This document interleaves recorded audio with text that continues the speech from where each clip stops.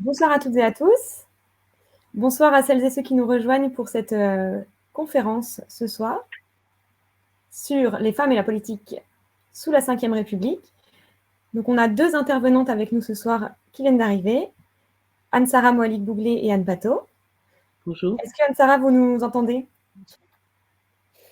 Je vous entends, je ne garantis pas la qualité de ma connexion, mais voilà, je suis là. En tout cas, c'est bon, on vous voit, on vous entend, donc tout va bien. Bonsoir tout le monde. Alors, pour celles et ceux, j'ai déjà vu dans la liste des participants des non-connus, donc qui connaissent déjà bien ce format. Bienvenue aux nouveaux. Un petit point avant de commencer, il y en a qui ont certainement déjà vu, vous pouvez discuter et échanger dans le chat. Vous pouvez aussi poser vos questions à nos intervenantes dans l'onglet questions. Il est en bas à droite de votre écran en fonction de votre ordinateur. Et vous pouvez aussi voter pour les questions qui vous intéressent le plus. Et comme ça, on pourra choisir les questions auxquelles on peut répondre. Nos intervenantes pourront répondre en priorité. Donc, avant de laisser la parole à Madame Pato et à Madame Moalik-Bouglé, pour ceux qui n'ont pas encore participé aux sessions précédentes, pour celles et ceux qui connaissent déjà, la prochaine fois, c'est moi qui vous fais une interrogation orale sur qui est Tous Politique. Mais pour les nouveaux, Tous Politique, en quelques mots, c'est l'institut qui accompagne l'engagement des progressistes. Donc, que ce soit pour les élus, pour les citoyens, c'est aussi pour les militants. Nous, notre rôle, c'est de faire en sorte que vous puissiez monter en compétences, que vous puissiez vivre votre engagement politique dans de bonnes conditions, que vous puissiez mettre au service de votre réflexion des outils, des ressources et des connaissances sur des thématiques diverses. Et voilà, notre rôle, c'est aussi vous aider à construire des réseaux, vous aider à partager et à valoriser votre expérience et vous accompagner dans les causes et les combats que vous souhaitez porter au quotidien. Et pour ce qui est du Mardi Citoyen, donc ce rendez-vous de ce soir, c'est un rendez-vous qui est mensuel, gratuit, en ligne, qui s'adresse à toutes et à tous. Vous avez d'ailleurs les replays qui sont en ligne sur notre chaîne YouTube pour les vidéos précédentes. Et le but, c'est toujours de vous donner des outils de compréhension pour vous aider à décrypter l'actualité politique, pour que vous puissiez monter en compétences, que vous puissiez développer vos convictions de manière éclairée sur des thématiques d'actualité. Et aujourd'hui, thématique particulièrement d'actualité, puisqu'on va parler des femmes en politique sous la Ve République, et particulièrement d'actualité à l'approche des élections législatives qui vont arriver très bientôt. Et avant de commencer, du coup, comme je vous dis à chaque fois, ce temps-là qu'on a entre nous, c'est pas un temps qui va être un temps destiné à faire une tribune politique, donc vous êtes tout à fait libre d'intervenir et de donner vos questions dans le chat et dans l'onglet questions. Néanmoins, veillez bien, et on compte sur vous, à faire attention à ne pas en faire une tribune politique et que ce soit vraiment un temps pour poser vos questions, pour qu'on puisse vous délivrer une expertise et que vous puissiez monter en compétence sur la question des femmes en politique. Ce soir, donc, on reçoit Anne-Sara Moalik-Bouglé qui a été déconnectée mais qui va revenir, qui est chercheuse associée auprès de l'Université de Caen. Elle est spécialiste de la question du vote des femmes en France. Donc on la retrouvera juste après. Et on reçoit également Anne Pato, qui est conseillère régionale de Bretagne, anciennement vice-présidente chargée de l'égalité, de l'innovation sociale et de la vie associative à la région Bretagne de 2015 à 2021. Donc vous voyez, on va avoir de quoi échanger. À la fin, on se gardera un petit temps pour que vous puissiez répondre aux questions qui vont être posées par les participants dans l'onglet questions et dans le chat. Et donc, je voulais commencer cette séquence avec un petit retour sur l'accession des Françaises au droit politique et sur la situation actuelle en matière de parité politique. Mais je pense qu'on peut peut-être commencer, vu que Anne-Sara Moalik-Bouglé a été déconnectée, on peut peut-être commencer avec vous, Madame Pato, sur les perspectives actuelles de la place des femmes en politique aujourd'hui. Et du coup, qu'est-ce que c'est être une femme en politique aujourd'hui? Est-ce que vous pouvez revenir sur votre parcours? Et qu'est-ce que vous constatez en fait quant à la répartition des responsabilités au sein des instances locales? Bloqué, je suis hors du truc. Voilà, c'est venu. Ça y est. Ça y est, Anne-Sara, elle est revenue. Bonjour. Oui. Bonjour. C'est bon, plus ou moins. Je suis désolée, la connexion est terrible. Donc voilà, c'est la vie. Mais après, vous venez de poser la question à Anne Pato, je ne veux pas. Non, c'est bien. Je trouve que c'est bien que on commence par. On commence dans l'ordre initial qui cadre les choses du point de vue de l'histoire et du droit, oui. Bon, alors Anne-Sara, si jamais ça ne capte pas bien, n'hésitez pas, vous pouvez couper votre caméra. Ça devrait avoir une meilleure bande passante. Donc, recommençons notre session et on peut commencer du coup par vous, Anne-Sara, si vous pouviez revenir sur l'accession des Françaises aux droits politiques et sur la situation actuelle en matière de parité politique. Bien sûr, alors je vais profiter de l'espace et je suis navrée pour ces problèmes techniques. Alors, c'est vrai qu'on célèbre tous les ans, au mois d'avril, l'anniversaire de l'accession des femmes aux droits politiques en France.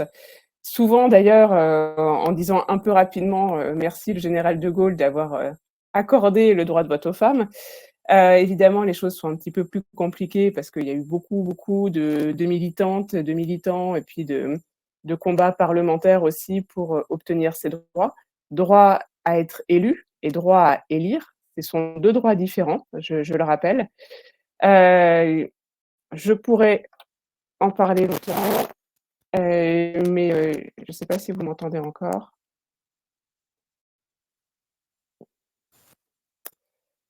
Ouais, faire ça. On vous entend bien. On Hein. s'entend bien, Vous oui. m'entendez? Ah bah alors tant mieux, parce que moi je ne vois plus rien. Je continue. Donc, 1944, les femmes obtiennent enfin le droit de vote. Bon, bah, du coup, ça a coupé. Bon, on va attendre qu'elle se reconnecte. Donc, désolée hein, pour ces petits incidents techniques. Normalement, bon, ça aurait dû bien marcher. On va lui demander de couper sa caméra pour la suite. Bon, bah, du coup, Anne, votre expérience politique. On va y arriver, oui. Alors, moi, j'ai une expérience politique qui est assez similaire à pas mal de femmes, c'est-à-dire que j'ai eu une vie professionnelle et familiale avant de faire de la politique. Et je pense que c'est quelque chose qu'on constate de manière assez récurrente dans le parcours des femmes. C'est vrai aussi sur la création d'entreprises. On se lance, entre guillemets, sans doute, alors soit très jeune, pour les jeunes militantes, soit le boulot étant un peu étalé et les enfants étant un peu élevés quand même. C'est ce que j'ai fait. Moi, je suis rentrée en politique après une vie professionnelle et surtout après avoir élevé mes enfants. Donc, je peux parler de ce point de vue-là, de qu'est-ce que c'est qu'être une femme politique quand on arrive à cet âge-là en politique. Moi, ma motivation principale, c'était que j'avais eu une vie professionnelle qui était faite de conseils auprès des collectivités, auprès des entreprises, et que j'avais très envie de cesser d'être la conseillère et d'être aux manettes. Et donc, je suis assez clairement arrivée avec l'envie de pouvoir faire des choses, et ça a été quelquefois un petit peu difficile parce que si je me reporte à ces premiers engagements, les femmes étaient un peu recherchées à l'époque parce qu'il fallait faire la parité. Et il fallait d'une certaine manière faire son trou en plus. Voilà. Donc, je pense que le défi que la plupart des femmes vivent, qui est de réussir à concilier les temps de vie, a été un peu le mien, mais pas trop. Et je pense aussi que ce qui change maintenant, c'est qu'on a des pères qui commencent aussi à vouloir concilier les temps de vie de pères, de professionnels et d'élus. On en reparlera, mais il me semble que c'est une des voies de progrès, que la parentalité soit partagée. La principale difficulté, mais je crois que j'enfonce un peu une porte ouverte, c'est de dire que la confiance en soi, quand on se lance en politique, est sans doute quelque chose de particulièrement important. Il faut être un peu sûr de soi, ou en tout cas penser qu'on va être capable d'eux. Et cette question de ce que je serais capable, les femmes se la posent particulièrement. Alors ça, c'est les hommes qui me disent ça. Je pense par exemple à Jean-Yves Le Drian, quand il m'a proposé de rejoindre son équipe ou d'être vice-présidente. La première question que je lui ai posée, c'est: mais est-ce que tu crois que je serai compétente? Il m'a dit: il n'y a qu'une femme pour poser une question comme ça. Les hommes disent: oui, je prends, je fais. Et donc cette question de la confiance en soi s'acquiert finalement au fil du temps. Le monde politique n'est pas si terrible qu'on le dit. Enfin, c'est pas un monde de bisounours comme on dit de manière un peu commune, mais c'est pas un monde si violent que ça. Mais c'est vrai que il faut un peu se conforter, se renforcer soi-même. Moi, j'y suis allée aussi, finalement, parce que, en tout cas sur les exécutifs, parce qu'il y a un moment, je me suis aperçue que j'étais quelqu'un qui était, comme peut-être aussi souvent les femmes, en second rôle, en second plan. J'ai été la suppléante, mais la suppléante éternelle de plein de gens, sur du soutien, sur du faire-valoir d'un certain nombre de candidats. Et quand j'ai réalisé ça, je me suis dit qu'il y avait quelque chose qui n'allait pas et que j'étais un peu dans le syndrome finalement des femmes élues qui ne veulent pas prendre la lumière et veulent bien faire les choses. Donc finalement, je suis assez classique dans ma manière d'y être arrivée, mais ma motivation profonde, en fait, au-delà de la manière dont on gère ses émotions et la manière d'y arriver, c'était l'envie de faire, non pas de faire du bien, mais de faire bien les choses. Et donc, le corollaire de vouloir faire bien les choses, c'est la peur de mal faire. Et donc, un besoin permanent, d'une certaine manière, de se réconforter. Et je pense que c'est là-dessus qu'on peut peut-être mettre le doigt par rapport aux femmes en politique, par rapport aux doutes qu'elles peuvent avoir. C'est une des questions que vous m'avez posées, c'est est-ce qu'on a des doutes et comment on fait avec ça. Et c'est une des situations où effectivement il peut y avoir des difficultés qui sont provoquées par un machisme ambiant, une manière de vous pousser hors de la photo quand c'est l'heure de la photo de groupe, une manière de vous couper la parole ou de ne pas vous la donner. Donc il y a ces comportements qui sont assez désagréables, mais qui sont aussi celui du monde de l'entreprise d'une certaine manière. Mais il y a surtout tous les doutes internalisés des femmes, c'est-à-dire que on s'autorise moins, en tout cas je l'ai ressenti comme ça et je le vois chez pas mal de mes collègues, on internalise un certain nombre de freins, de doutes, et je pense que c'est une des choses auxquelles il faut penser, c'est-à-dire que le droit peut faire un certain nombre de choses, la réglementation, l'obligation, mais profondément, ce dont il est question, c'est que les femmes dépassent ce qu'elles ont internalisé, c'est-à-dire le doute sur leur capacité à avoir l'autorité, sur la capacité à avoir la compétence, sur la capacité à être légitime dans ce genre de choses. Alors, je ne vais pas être tellement plus longue sur cette partie-là. Je pense que Anne-Sara va pouvoir aussi éclairer ça, parce que moi, je fais partie de la génération qui a une mère qui a toujours travaillé dans sa vie, mais qui n'a voté qu'à 25 ans ou 30 ans, et qui a demandé l'autorisation à son mari de travailler et jusqu'à 1965, et qui n'a eu le droit de toucher les allocations familiales autrement qu'en liquide qu'encore plus tard. Donc, moi, je pense que je fais partie de cette génération encore qui a internalisé une situation qui n'était pas évidemment une situation de femme de vie publique. Voilà. J'ose espérer que les jeunes femmes qui arrivent pourront dépasser ça plus vite. Voilà. Merci Anne. Peut-être que du coup, Anne-Sara, vous pourriez reprendre sur, en rebondissant sur ce que disait Anne, justement, avec l'accession des Françaises au droit politique, et puis revenir justement sur cette question de parité politique et les liens avec les choses qui font avancer la parité. Absolument. Alors, moi, pour avoir côtoyé des élus, je souscris complètement à ce qui vient d'être dit. En ouvrant, et peut-être qu'on pourra en parler en conclusion ou un peu plus tard dans la conversation, sur le fait que c'est pas uniquement en politique cette manière de se minorer, d'avoir des doutes, et que finalement, il y a aussi une question d'éducation et puis de travail et de place dans la famille qu'on a pour beaucoup et pendant beaucoup de temps bien intériorisé. En effet, je pense qu'aujourd'hui, c'est peut-être un peu différent. Reste à savoir si les générations qui arrivent auront envie de s'engager en politique, selon ce qu'on entend aujourd'hui sur la politique. Mais ça, c'est un autre débat.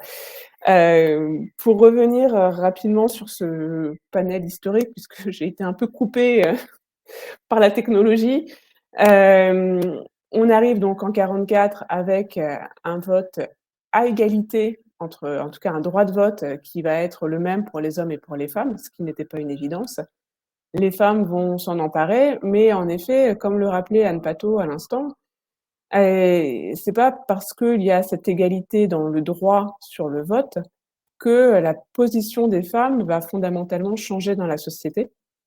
Et juste là, pour sortir en une réforme des droits politiques, il y a en effet ce point central en 1965 d'une réforme du droit civil qui fait que les femmes vont pouvoir gérer leurs propres biens, exercer des activités professionnelles sans le consentement de leur mari, pouvoir accéder à un compte en banque sans le consentement de leur mari, qui finalement va remettre à égalité l'homme et la femme dans le couple, alors que jusqu'à présent, l'homme le mari était prédominant, pouvait prendre toutes les décisions sans avoir besoin de l'accord de son épouse.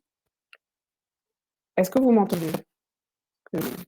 Il y a des petites choses qui brouillent un peu, mais on vous entend. Ça grésille un petit peu. Ça grésille. Décidément, c'est vraiment pas la soirée. C'est bon, là, c'est revenu. C'est bon, c'est revenu. Donc voilà, il y a ce fondement légal qu'il faut bien avoir en tête par rapport au fait que les femmes aient pu prendre une autonomie en politique et exister. Et donc, au fur et à mesure du temps, ça va pas avancer si vite que ça, parce qu'il va vraiment falloir attendre la Ve République pour qu'on avance un petit peu plus vite. Et même, je dirais, la deuxième, alors je ne sais pas si on peut diviser la Ve République en deux, puisque elle n'est pas finie, mais en tout cas, il faut attendre assez tardivement pendant cette Deuxième République pour que on puisse voir davantage de femmes, d'abord dans les ministères. Les premières femmes avec des postes ministériels, c'est quand même extrêmement tardif. Alors évidemment, il y a les 3 sous-secrétaires d'État du gouvernement Blum en 1936, donc c'était un symbole extrêmement important. Mais pendant très longtemps, il va y avoir juste quelques femmes mises en avant justement comme des symboles, et c'est certainement pas disons, une habitude. Et puis en plus, ces femmes, elles vont être en général cantonnées dans des ministères autour de l'éducation et du social. Et ça, il faut attendre très longtemps pour qu'on ait la première femme qui ne soit plus ministre, enfin en tout cas secrétaire d'État, dans ce champ de l'éducation et du social. Et ça, il faut attendre 1974 pour ça. Il faut encore attendre les années 80 pour avoir un ministre de plein exercice en dehors de ces catégories sociales et éducation, dans le gouvernement Mauroy. Et puis, on peut aussi regarder, avant que je vous donne quelques chiffres sur la situation actuelle, regarder les ministères régaliens. Alors, vous avez le Premier ministre.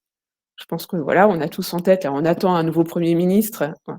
On est sans doute nombreux et nombreuses à vouloir une Première ministre, parce que depuis Édith Cresson, qui n'est pas restée très longtemps, il n'y en a pas eu.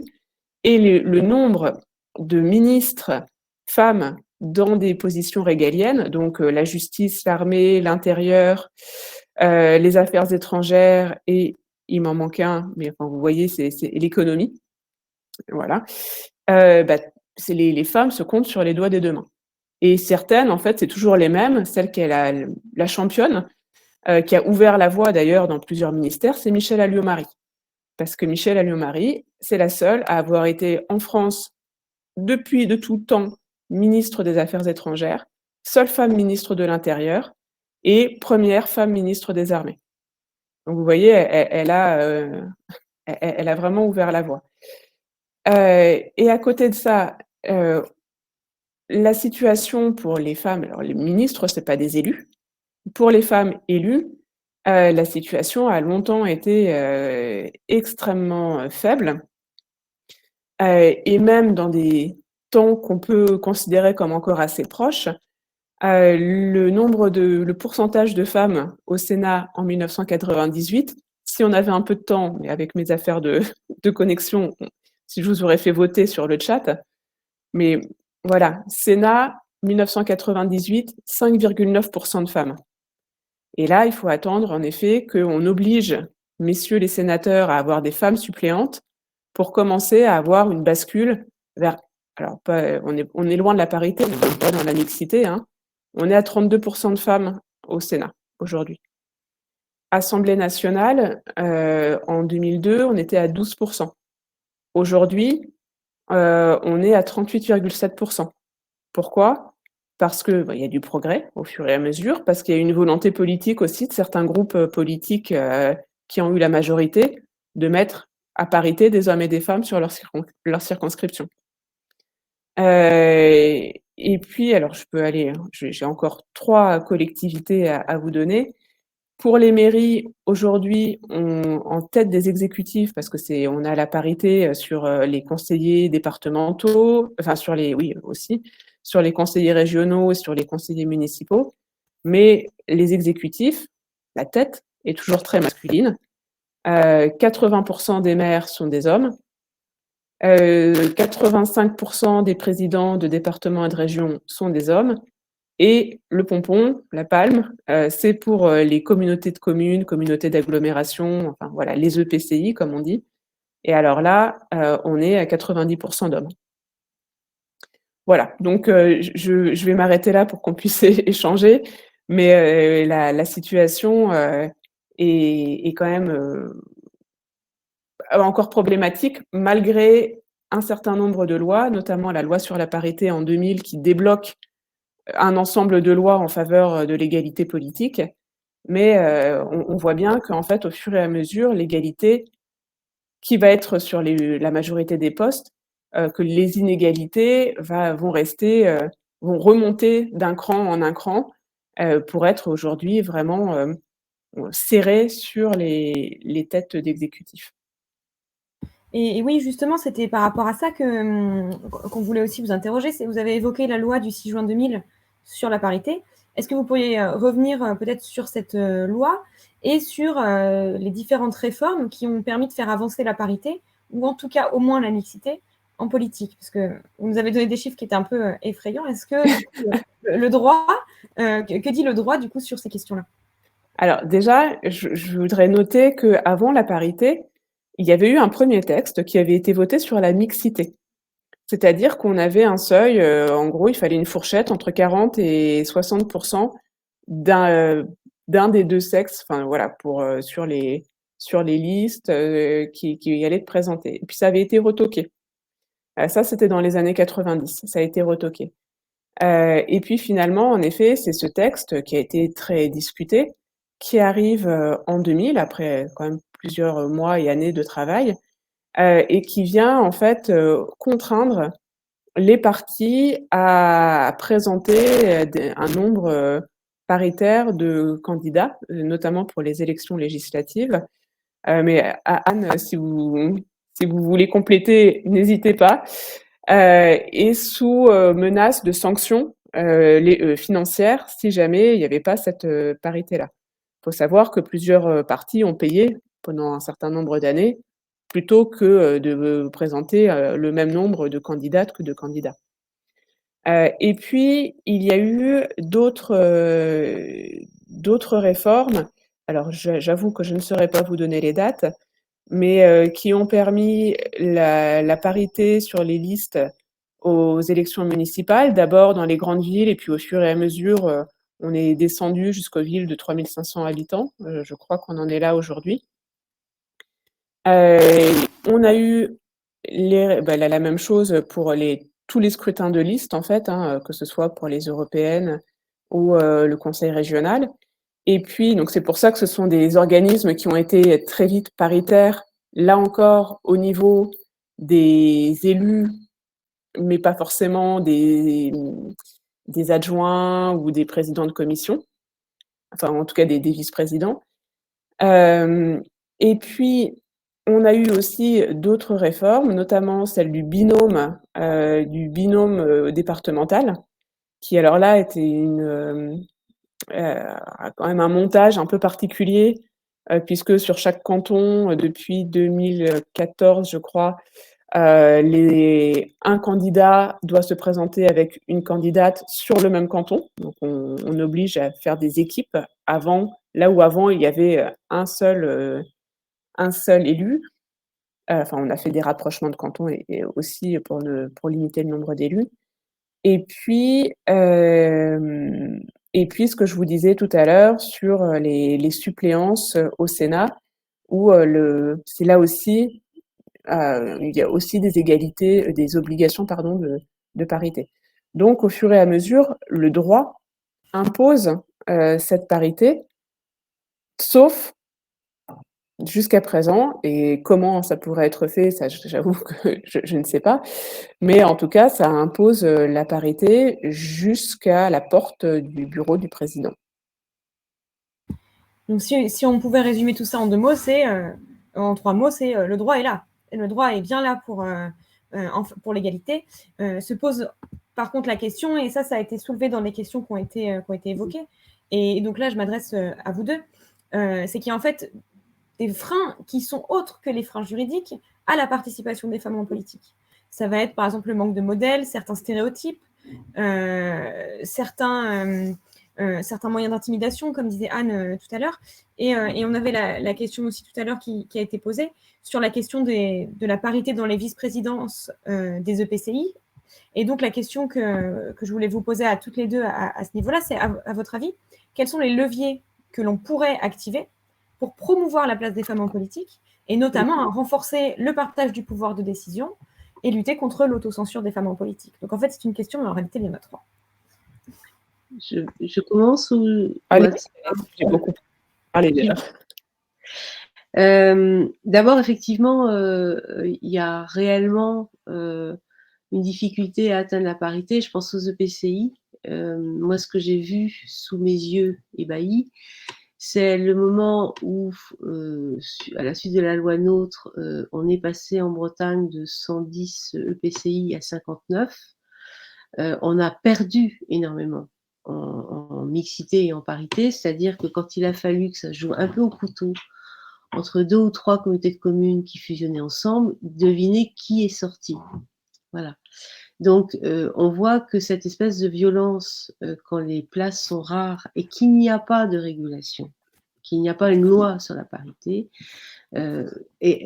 aboutit effectivement à une exclusion des femmes. Et les chiffres sur les présidences de PCI sont terribles de ce point de vue-là. Il y a eu des propositions de loi au Sénat qui ont été retoquées sous des très bons prétextes, évidemment à chaque fois, mais on n'y arrive pas sur les EPCI. Vous parlez des stéréotypes. Dans une étude qu'on a fait en Bretagne sur une enquête auprès des mères, des femmes mères, qui expliquaient comment elles étaient devenues mères et comment elles conseillaient ou pas aux autres de l'être.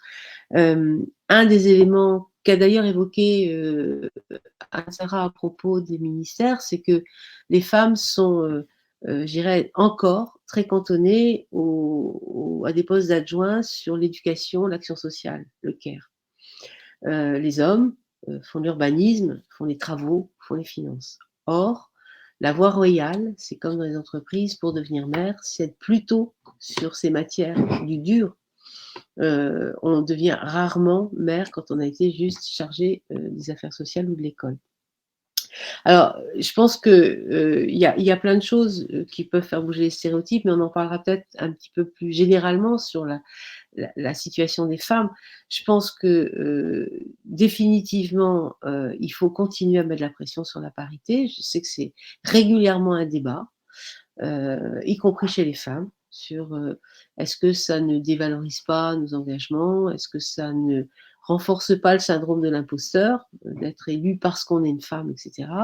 N'empêche que, à chaque fois qu'il n'y a pas parité, il n'y a pas égalité et il y a très peu mixité. Et surtout, ça n'est jamais acquis. Donc, moi, je pense que le comble du bonheur serait qu'on puisse arrêter d'exiger la parité. C'est comme le féminisme, le jour où il n'y aura plus de raison d'être, c'est que les choses auront bougé. Voilà. Après, je pense que sur la question des modèles, etc., je pense qu'il y a vraiment, comme on fait sur la création d'entreprises avec les femmes, la question de la mise en réseau. Je pense que les femmes ont besoin de se rassurer mutuellement, de se parler, de se mentorer mutuellement. Et il y a plein de choses qu'on peut faire de la formation et du conseil, mais cette question de la mise en réseau et de pouvoir échanger via des associations de formation comme la vôtre, etc., est essentielle parce que avant de se jeter à l'eau froide, elles ont besoin un peu de vérifier comment ça s'est passé pour les autres.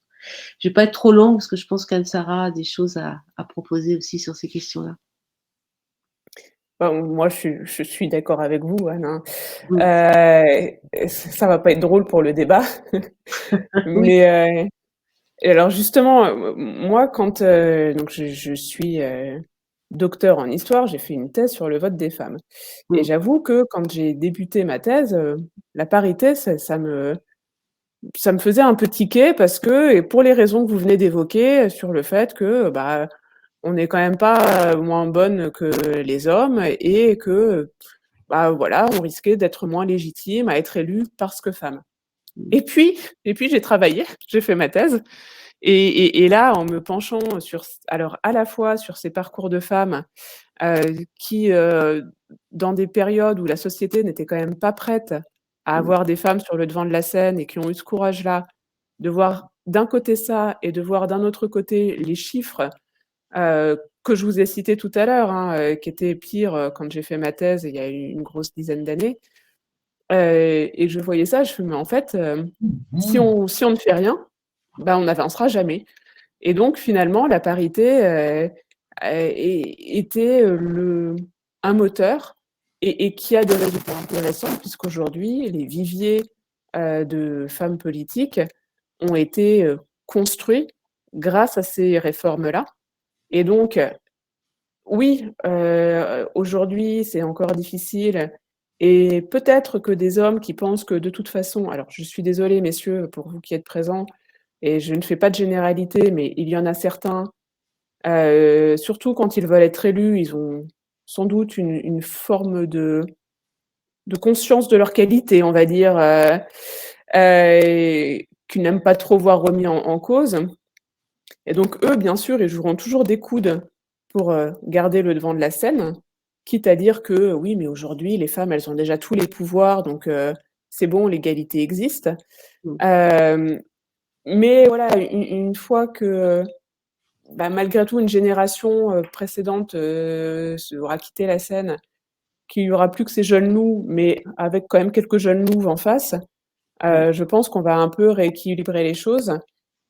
Heu et là où vous avez aussi raison, c'est sur cette nécessité aujourd'hui à la fois de déconstruire ces stratégies masculines qui sont parfois sans doute inconscientes, mais Mmh. qui sont celles de l'entre-soi, qui sont celles de la meute, où on se reconnaît, on va se taper très vite sur l'épaule et se tutoyer alors que les femmes, on va avoir peut-être un rapport moins direct avec elles, donc il y a ça à voir. Mettre en avant aussi, bah, c'est certaines stratégies, que vous évoquiez, le fait de reprendre les femmes pour expliquer ce qu'elles viennent de dire, par exemple, ou de les interrompre pour leur expliquer la vie ou, de s'étendre même physiquement dans l'espace, hein, comme on le voit fréquemment pour que la femme se serre un petit peu, et laisse les 2 accoudoirs à monsieur. Bon, je pense que quand on est conscient de tout ça, ou consciente de tout ça, mais des hommes aussi, parce que Dieu sait qu'il y a beaucoup d'hommes qui n'aiment pas, cet état d'esprit, masculiniste, et qui défendent aussi les droits des femmes. Donc si on est conscient de ça, on peut mieux travailler dessus. Mmh. Et puis l'autre point avant de relaisser la parole, heu, aujourd'hui, on a beaucoup travaillé sur les femmes et on a beaucoup travaillé avec les femmes pour, les faire gagner en leadership, pour les faire gagner en liberté de choix, sur, une carrière politique, une carrière professionnelle, un choix de vie, enfant, pas enfant et cetera. Et finalement, même si on est encore dans des situations d'inégalité, on arrive à pouvoir être davantage nous-mêmes. Et les hommes, eh ben, c'est pas encore le cas. Ouais, c'est Il y a encore beaucoup de choses qui les forcent, dans le regard de l'autre, le regard social. Il y a encore beaucoup d'assignations à la masculinité, que ce soit dans le travail, en politique, dans la famille et qui font que, je pense que pour beaucoup, se révéler en tant qu'homme, c'est prendre cette place dominante. mmh. Et là et parfois un peu à l'encontre de leur, de leur moi profond, et certains probablement sont un peu violents, ou d'autres se sentent justement affaiblis parce qu'ils n'arrivent pas à s'exprimer de manière autre que sous une forme un peu rude, et un peu le mythe de la performance, de la disponibilité, et puis de l'omniscience. Mmh. Merci beaucoup. Il y a donc une question sur l'accès et la mise en œuvre des droits. Il y a pas mal de réflexions dans le chat aussi sur cette question-là. C'est en fait, voilà, si on veut vraiment renforcer la participation des femmes à la vie de la cité, il est nécessaire de travailler sur des problématiques qui sont un peu plus larges. Et par exemple, la question, alors je lisais la question de l'aménagement avec des crèches, etc. Donc ça peut être des leviers. Il peut y avoir la répartition des rôles au quotidien aussi qu'on a vu, la prise en compte des contraintes des femmes, etc. etc. Madame Pato, qu'est-ce que vous avez constaté sur ces sujets en tant que conseillère régionale? En fait, je crois que le premier travail qu'on peut faire pour pointer ces freins qui sont profonds et qui ne sont pas liés qu'à la politique, c'est effectivement en politique, ça se révèle, mais c'est vrai dans les situations des femmes en général. Il faut être très factuel, il faut objectiver, il faut mesurer. À la région Bretagne, moi, j'ai vraiment pris en compte le rapport d'activité et développement durable, où on avait une 50aine de pages réservées à la politique égalité, avec une question toute bête, c'est est-ce que les politiques de la région, les autres politiques de la région, améliorent ou aggravent la situation des femmes? Dit comme ça, on se dit, bah non, en région Bretagne, on est très très vertueux et on fait plein de choses pour l'égalité. Mais si je regarde par exemple les chiffres de la formation, et particulièrement du plan de formation, des formations collectives. Je ne parle pas des formations que les individus peuvent aller chercher les uns et les autres de manière très, très personnelle. Le plan de formation collective est ouvert à tous et à toutes. Il y a 65% d'hommes, 35% de femmes. Et le chiffre évolue très peu. C'est vrai pour plein d'autres politiques, c'est un des exemples qu'on peut pointer. Après, une fois qu'on a dit ça, est-ce qu'on se dit que ces femmes-là devraient un peu se ressaisir et rentrer en formation et se lamenter du manque d'appétence des femmes pour la formation? Ou est-ce qu'on se centre sur l'usager ou l'usagère en se disant mais qu'est-ce qui fait que les femmes vont aussi peu en formation? Et les réponses viennent très vite. Il y a la distance, il faut aller à l'hôtel plusieurs jours par semaine. Il y a des horaires. Je pense aux familles monoparentales à qui on explique que la formation, ça va être 7 heures par jour avec du transport avant, transport après, et qu'il faut trouver des solutions pour garder les enfants. Bien. Et on s'étonne qu'elles déclinent et qu'elles n'utilisent pas leurs droits à la formation. Donc la vraie question, c'est est-ce qu'on dit que les femmes devraient s'adapter à tout ça? Ou est-ce qu'on se dit que nos dispositifs et nos politiques devraient s'adapter à la vraie vie? Est-ce qu'il faut absolument que les 7 heures soient obligatoires tous les jours? Est-ce qu'il ne faut pas penser solution de garde d'enfants quand on pense formation et financement de la garde d'enfants? Parce que d'abord, il n'y a pas beaucoup de gardes, mais en plus, il faut les financer, etc. Et donc, je pense que dans l'ensemble de ces situations-là, de la situation de l'égalité, la seule manière d'avancer maintenant, c'est d'arrêter de penser que si les femmes n'arrivent pas à exercer certains droits, alors que les droits existent, c'est qu'elles ne sont pas bonnes. Et il faut sans doute se demander si la mise en œuvre des droits et le cadre dans lequel ces droits sont exercés n'est pas à revoir. C'est vrai pour toutes les situations. Moi, j'ai plus particulièrement au niveau de la région travaillé sur la situation des familles monoparentales. Elles sont largement exclues d'un certain nombre de droits. Alors, elles ont des droits sociaux, elles ont des droits à élever leurs enfants, etc. Mais elles sont dans des pièges à pauvreté, des pièges à solitude, des pièges en tout cas à désinsertion.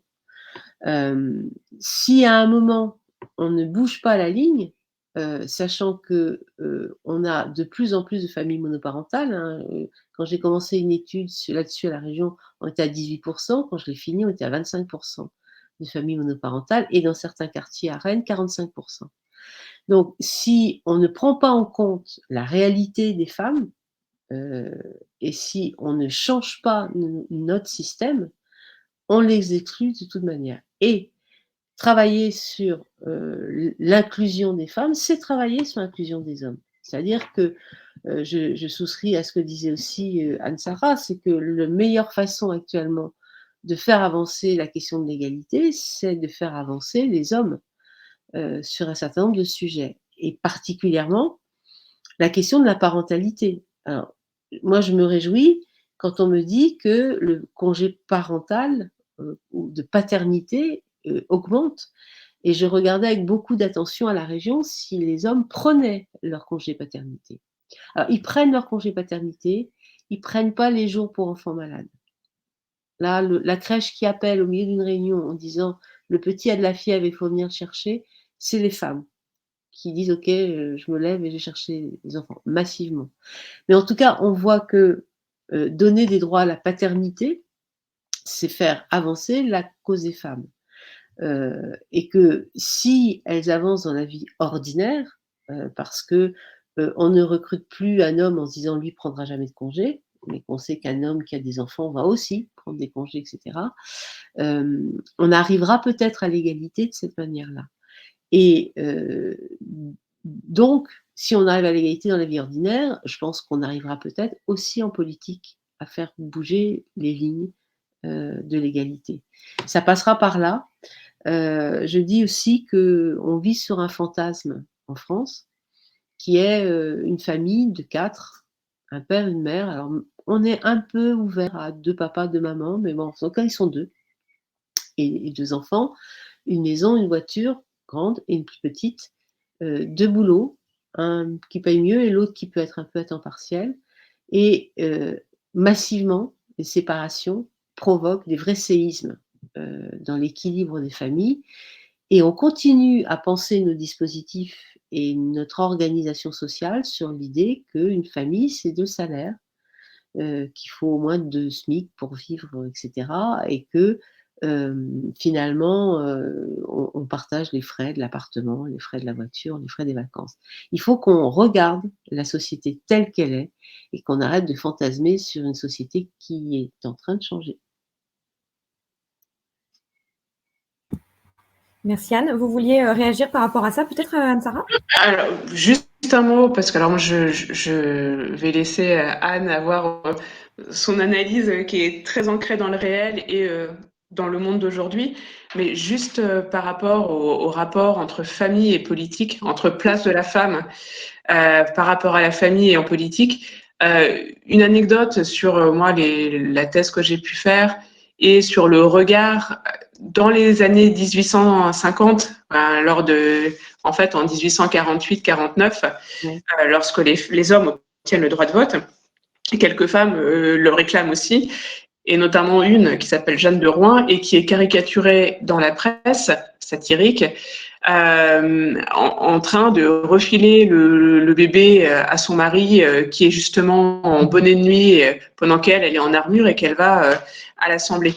Et donc, en fait, alors ça c'est la caricature, mais les textes que j'ai pu lire étaient mais complètement remplis de cette idée que la femme, que si la femme sortait de la famille, ça allait être catastrophique. Et qu'en plus, ça voulait dire qu'elle redonnait ça à son mari et qu'il ne saurait pas quoi faire. Et en fait, on a en effet très longtemps vécu aussi sur cette idée que l'homme, c'est l'extérieur, la femme, c'est l'intérieur. Et en fait, quand vous expliquiez à l'instant les 2 salaires, la grosse voiture, la petite voiture, bon voilà, hein, le petit salaire, c'est madame, la grosse voiture, c'est monsieur. Et ça a longtemps tenu dans notre société, aidé par la loi. Aidé par la loi. Il y avait celle de 1965 qui vient mettre un terme à certaines règles du Code civil, mais il faut savoir que à la fin des années 40, il y a encore des règles qui autorisent que le salaire féminin soit plus faible que le salaire masculin. Donc, pourquoi ? Parce que c'est un salaire d'appoint.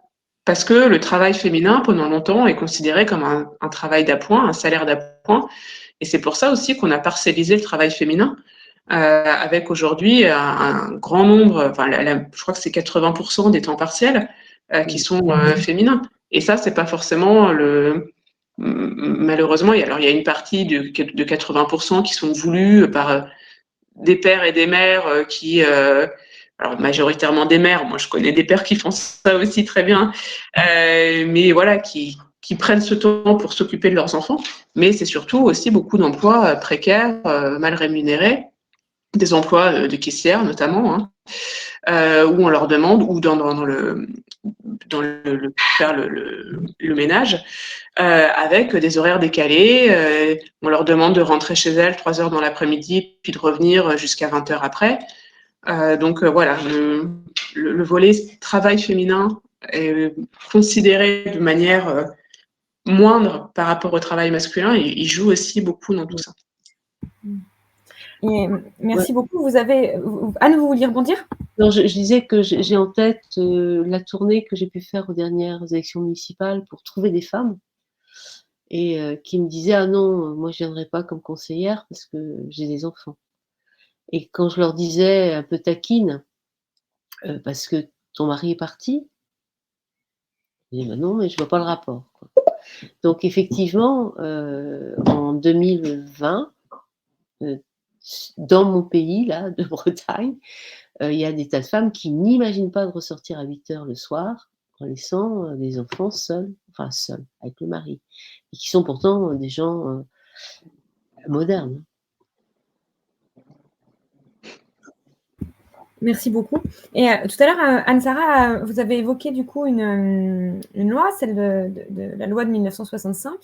C'est une loi donc, qui a à peine plus de 50 ans, et qui en fait alors, vous allez comprendre, les participants, pourquoi on parle de cette loi. C'est une loi qui est venue réformer les régimes matrimoniaux, qui est venue favoriser l'égalité entre l'homme et la femme au sein des couples mariés.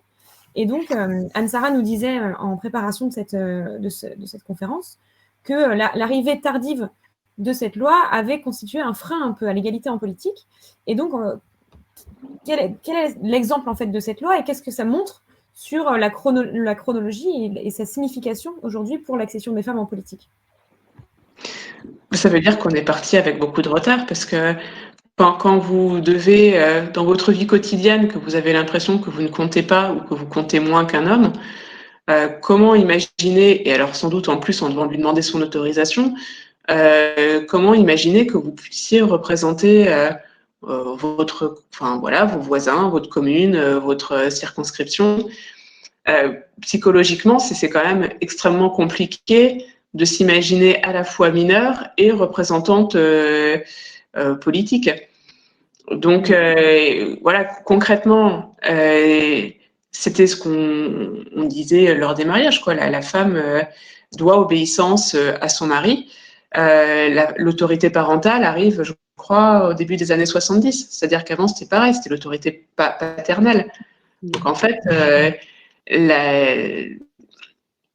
tout était fait pour que la femme n'ait pas cette indépendance.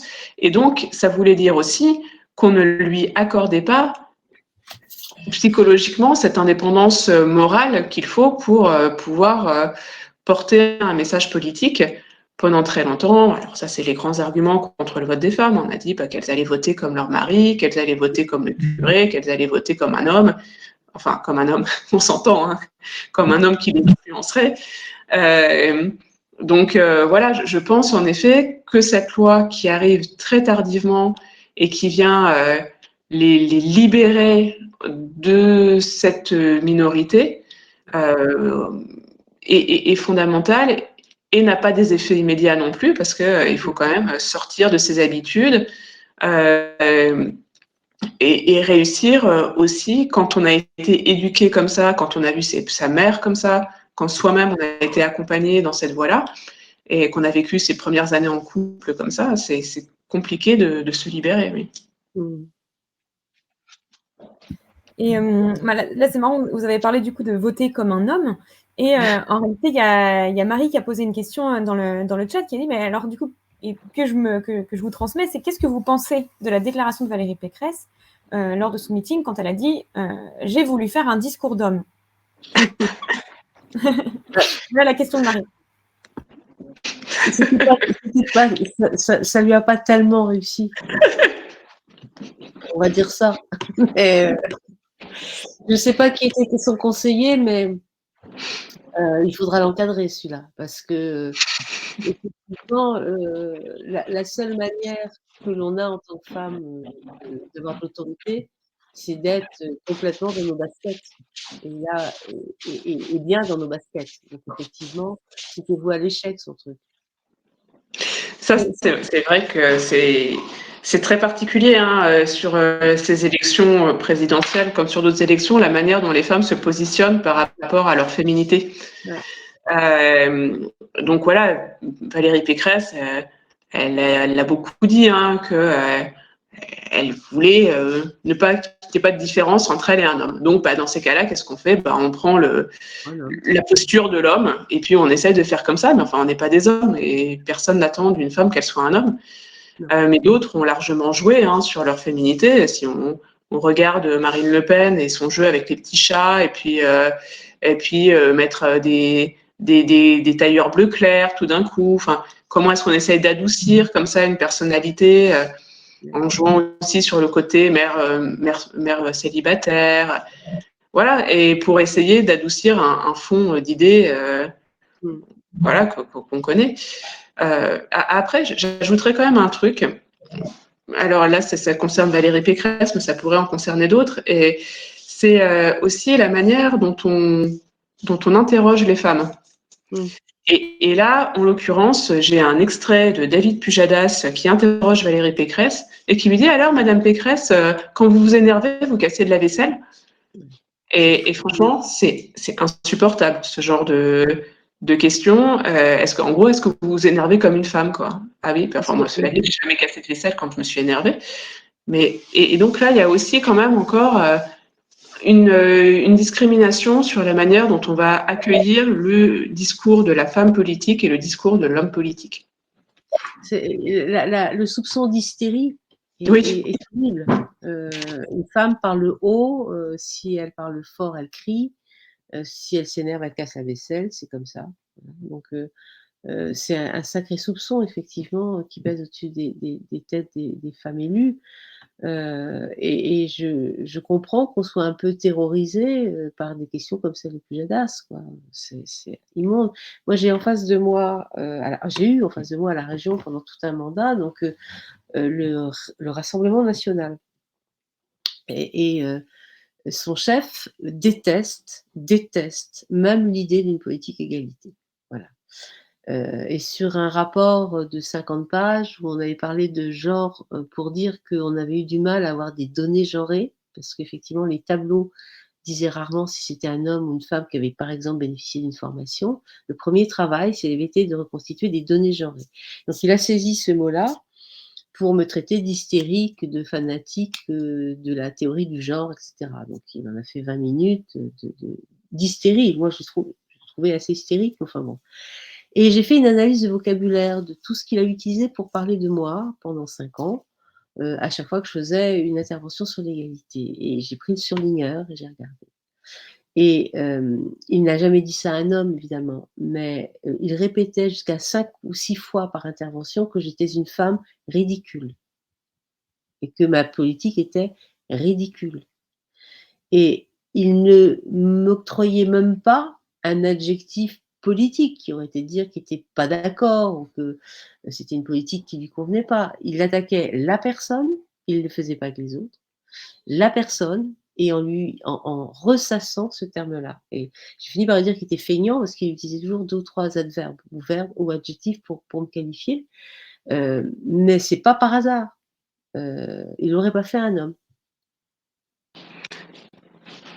Et, Cela dit, sur la police, sur le terme genre, il n'y a pas besoin d'être du Rassemblement national pour faire des pages là-dessus. Hein. Je pense à Monsieur Todd, qui est plutôt à gauche, hein, qui a écrit quand même des propos assez infects sur la question. Et alors encore, donc là, moi, en effet, les attaques sont souvent ad féminem, et on n'a pas parlé de la question du vêtement, parce que alors là, c'est pareil, une femme qui va s'habiller comme elle s'habillerait par ailleurs peut aussi tout à fait être taxée de vouloir séduire, etc. Et sans parler, bon, voilà, des problématiques un peu folles du pataquès qu'on fait autour d'une robe qui est, quand on la regarde, un peu plus correcte. Mais là aussi, c'est réduire à la féminité, à une image sexualisée d'une personne qui vient parler d'idées, quoi. Et ça, c'est assez problématique aussi. Et donc, qu'est-ce que vous auriez comme conseil à poser, à donner, pardon, pas à poser. Et qu'est-ce que vous auriez comme conseil à donner, justement, à des femmes qui voudraient s'engager pour, justement, voilà, dépasser un petit peu ces choses-là et s'engager en politique et vraiment faire changer un petit peu les choses, alors que ce soit sur l'égalité, mais aussi sur les autres thématiques du mandat local, en réalité, ou même du mandat national. Je peux laisser parler l'expert parce que… Non, mais on va le faire à deux voix. Je pense que je crois qu'il ne faut pas avoir peur, en fait. Je pense que alors c'est une injonction absolument insupportable de dire ça à quelqu'un, mais c'est sans doute le meilleur conseil qu'on ait à avoir, parce que c'est vrai que ça peut être quelquefois, quand je parlais des attaques un petit peu personnelles, ça peut être un peu rude, mais en même temps, je pense que très clairement, quand on s'engage en politique, il faut se positionner au-dessus de ces trucs-là et de se dire que personne ne pourra atteindre ce que l'on est profondément. La politique a ses règles du jeu, ou plutôt ses dérèglements de jeu, plus que peut-être que dans le milieu professionnel, mais même dans le milieu professionnel, il y a quand même des gens qui disent et qui font n'importe quoi aussi. Donc je pense qu'il faut dépasser cette espèce de trouille qu'on peut avoir, et puis d'être profondément soi-même. Et surtout, effectivement, mais c'est un vrai travail, d'essayer de ne pas se laisser assigner à des rôles et à des places, et à tenir bon sur les rôles et les places qu'on a envie d'avoir. Mais c'est facile de dire ça, mais c'est un chemin en tout cas. Moi, j'ajouterais deux choses. La première chose, c'est que les femmes ne sont pas forcément des alliés pour les femmes. Hein, la sororité, c'est pas vrai. Hein. Enfin, je suis désolée, mais la sororité n'existe pas vraiment. Et vous aurez toujours une femme peut-être plus âgée qui, elle, n'a pas eu la chance d'arriver par la parité, qui va mal supporter que d'autres arrivent derrière trop facilement. Donc, méfiance. Et le deuxième point, c'est un peu pour rejoindre ce que disait Anne, c'est que un élu, c'est pas un métier. En fait, c'est vrai que parfois, ça donne un peu cette impression, surtout au niveau national, parce que c'est les mêmes têtes depuis 40 ans. Mais élu n'est pas un métier. Et donc, en fait, quand vous arrivez à un poste, l'homme en face de vous, qui peut avoir le même poste ou un autre poste, il n'a pas plus de formation à ce truc-là en particulier que vous. Je pense, par exemple, alors à moins d'être un spécialiste, hein, mais autant parfois on peut avoir des affinités avec certains sujets. Si vous arrivez et que vous avez à gérer la gestion des déchets de votre commune, il n'y a pas beaucoup plus d'hommes que de femmes qui sont spécialistes de la gestion des déchets, par exemple.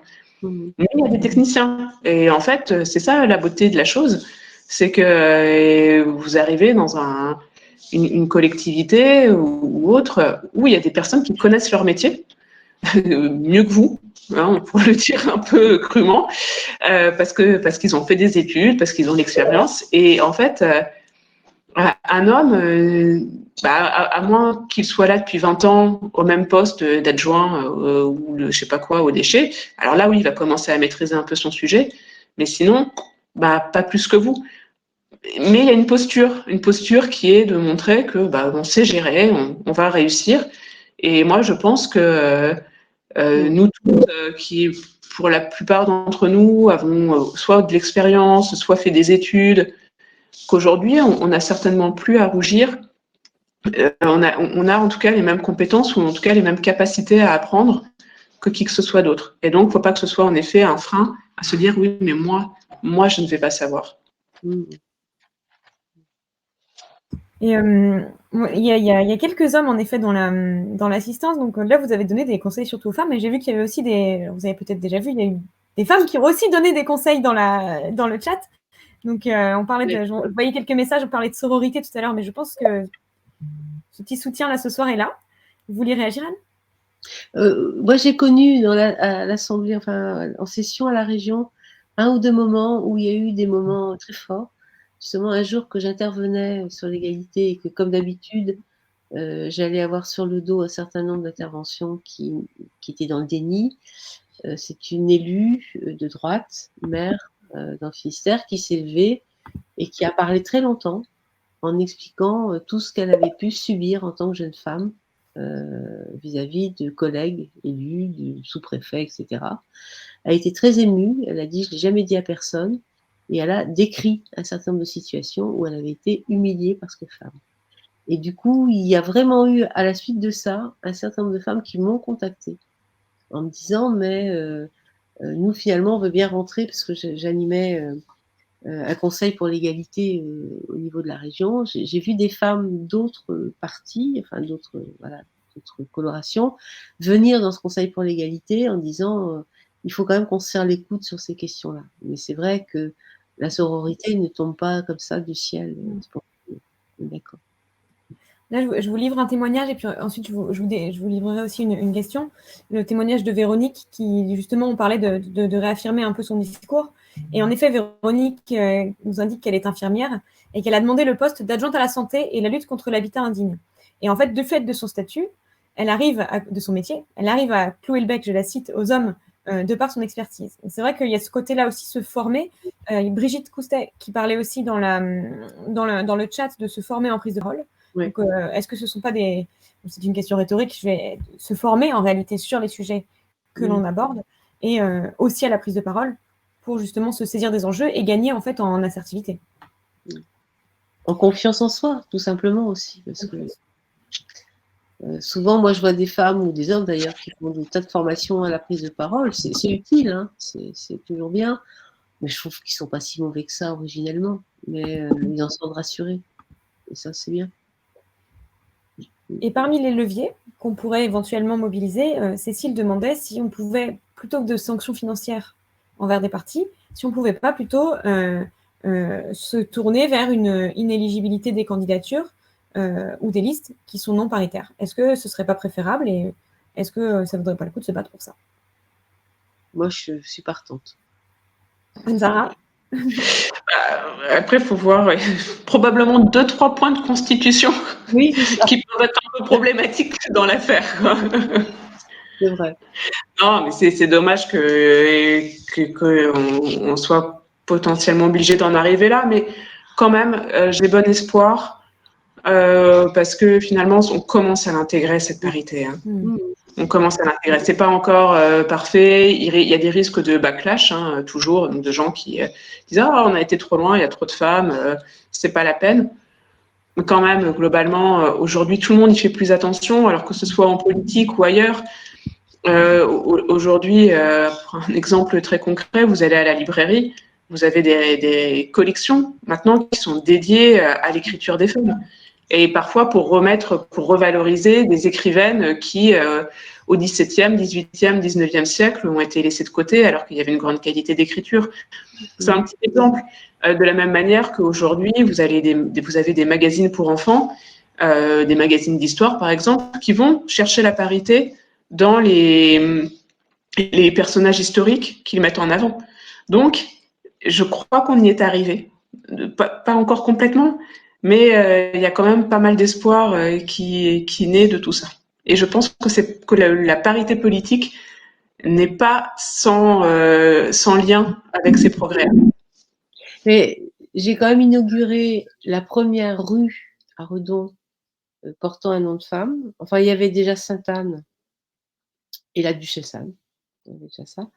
Mais je me dis qu'en 2020, c'était 2020, on inaugurait la première rue qui portait un nom de femme. Alors, c'est une bonne nouvelle, mais c'est une nouvelle tardive quand même. Oui, et je peux juste rebondir là-dessus parce que moi, j'ai entendu beaucoup de gens, beaucoup d'élus aussi, qui rechignaient sur tout ce qui tenait du symbole. Ouais. Que ce soit sur les noms de rue, que ce soit sur la féminisation des fonctions. Hein, la sénatrice, oh là là, madame la présidente de département, ouh, c'était dangereux. Et il y en a encore quelques-unes aujourd'hui qui peinent à avoir cette féminisation du nom. À dire oui, c'est un symbole, on peut pas se battre sur les mots. Bah si, battons-nous aussi sur les mots. Parce que les symboles, ils comptent, et pour réussir à faire venir des plus jeunes avec des modèles et avec le mot qui va avec, c'est pas du symbole. Oui.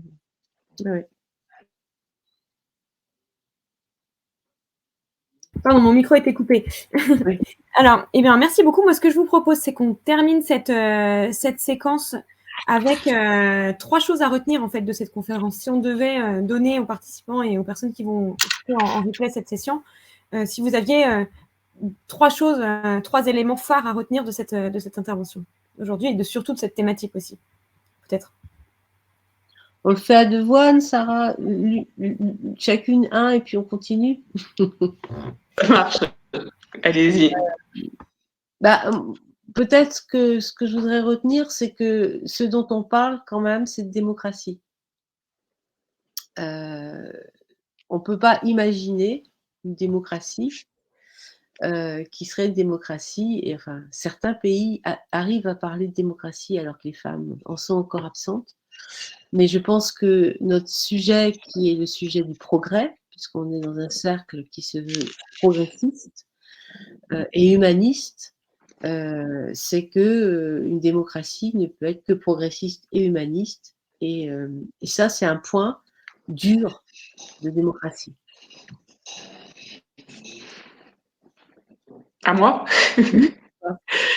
Et ben alors, moi, je vais poursuivre dans cette voie-là en disant que cette démocratie, elle a mis du temps à s'ouvrir aux femmes, qu'il y a vraiment eu un chemin très long, mais qu'aujourd'hui, le cadre démocratique et le cadre législatif est là, et que il faut qu'on puisse, nous, tous et toutes, qu'on puisse l'habiter. Et ça demande un effort de chacun. On est à 2. Anne, vous en avez encore un. Je pense que ce qu'on s'est dit aussi quand même, c'est que les freins sont essentiellement intériorisés et culturels, et que c'est vrai du côté des femmes qui ont un vrai travail à faire pour refuser d'internaliser un certain nombre de freins, mais on l'a dit aussi, c'est Anne-Sarah qui l'a dit, c'est vrai aussi des hommes qui doivent accepter de remettre en question les rôles, les places et la manière dont on cohabite finalement dans des fonctions électives. Et donc moi, j'aurais un 4e, mais qui, je pense, vous conviendra aussi, qui est que l'engagement est nécessaire, quoi. Dépasser ses freins, dépasser ses limites. Il faut s'engager. C'est pas facile. Il y aura des gens qui vous barreront le chemin, d'autres qui vous ouvriront la porte. Et en tout cas, si ça vient pas de chacune d'entre nous et de chacun aussi, on n'avancera pas beaucoup plus. Je vais me permettre de faire un 5e parce que j'ai l'étude qu'on a fait auprès des mères femmes en Bretagne. Quand même, à 95%, elles disaient qu'elles étaient contentes d'être mère ou d'avoir été mère et d'avoir fait ce chemin-là. Alors, mère, M-A-I-R-E-S. Ouais, Bon, en tout cas, merci beaucoup à toutes les deux. Merci beaucoup à toutes celles et ceux qui se sont connectés ce soir pour votre participation. Merci de nous avoir fait bénéficier de votre expertise, Anne-Sarah et Anne, votre éclairage. Pour celles et ceux qui sont encore connectés et qui nous suivent, je vous rappelle que la prochaine session du Mardi Citoyen aura lieu le 7 juin prochain à 18h30. Elle portera sur le rôle de l'Europe dans mon quotidien. Donc, on vous met le lien d'inscription dans le chat. Pour cette session d'aujourd'hui, vous aurez, comme je vous le disais au début, comme pour toutes les sessions, accès au replay en illimité sur notre chaîne YouTube. En parlant formation, j'ai vu qu'il y en avait quelques-unes qui parlaient dans le chat de la formation en prise de parole. Si jamais il y a des élus intéressés ici, on organise avec Tous Politique une formation le 14 mai prochain sur justement la communication de l'élu. Donc n'hésitez pas à contacter nous par mail et puis on discute ensemble de voir si jamais c'est possible. Pour les citoyens qui sont là, on vous tient informés sur les choses à venir. Et petite chose supplémentaire, c'est qu'on a rédigé avec Anne Pato aussi qui est là, qui a témoigné, avec certaines élus de notre parcours progressiste égalité femmes-hommes. Je voyais Brigitte ici connectée, je voyais Félicie tout à l'heure, qui sont élus. On a rédigé une publication sur l'égalité femmes-hommes avec justement des initiatives locales, des idées, des engagements. Donc Philippine vous l'envoie. Dans tous les cas, elle est accessible sur notre site internet, donc c'est gratuit, vous pouvez aller la consulter. Et voilà, donc je vous souhaite à toutes et à tous une très bonne soirée. Merci beaucoup tout le monde. Et puis comme on se dit maintenant tous les premiers mardis du mois, bon apéro, puisqu'il est l'heure de l'apéro. Merci beaucoup. À bientôt. Merci. Bonne soirée. Bonne soirée. Au revoir. Au revoir.